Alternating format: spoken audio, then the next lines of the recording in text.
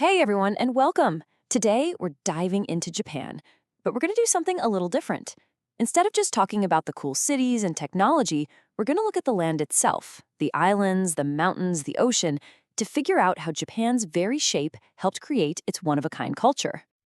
So let's start with a big question. What actually makes Japan, well, Japan? When you think about it, what's the first thing that pops into your head? Maybe it's sushi, or anime, or samurai. All good answers, but we're going to dig a lot deeper. Because here's the secret. The answer isn't just about the people. It's about the land they live on. The geography of Japan has been shaping its story, its people, and its soul for thousands of years. So let's get into it. To really get Japan, you first have to see its home for what it is. It's kind of like a giant puzzle with some very interesting pieces. Okay, first thing you need to know, Japan is not one big piece of land. It's an archipelago. That's just a fancy word for a chain of islands. And we're not talking about a few.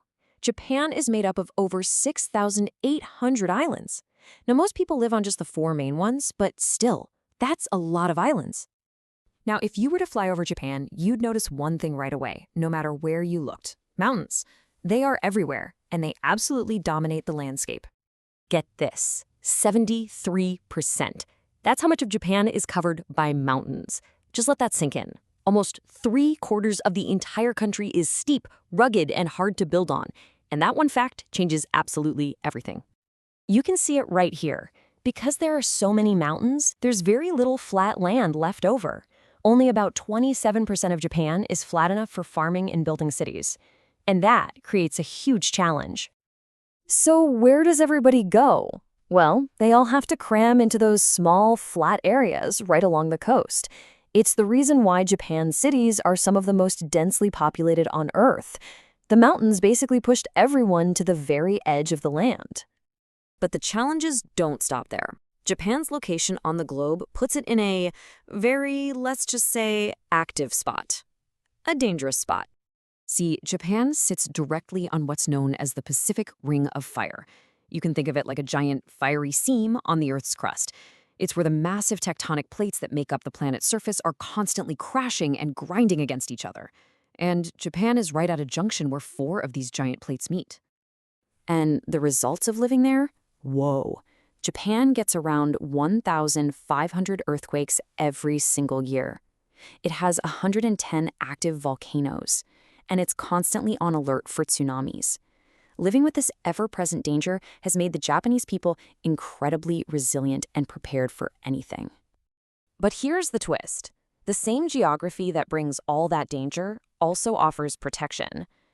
While the land itself can be violent, the ocean surrounding Japan has acted like a giant shield. Let me tell you a quick story. Go back in time to the 13th century. The Mongol Empire, one of the most powerful and feared armies in history, decided to invade Japan. They didn't just try once. They came back and tried a second time with massive fleets of ships. It really seemed like Japan was done for. There was no way they could stop this massive invasion, but the islands had a secret weapon on their side, a natural one. Both times the Mongols attacked, a massive typhoon, a huge violent storm, rose up from the sea and completely obliterated their fleets. The Japanese called these storms kamikaze, which means divine wind. They believed the gods themselves had sent the winds to protect their nation, reinforcing this idea that Japan was a special, chosen land. So think about this. You've got mountains on the inside, making it hard for people to mix, and a powerful sea on the outside, keeping invaders away. What happens when a country grows up like that, surrounded by these natural walls? Well, it develops a culture that's totally its own. For much of its history, Japan was basically isolated. These natural walls meant very few people could get in or out.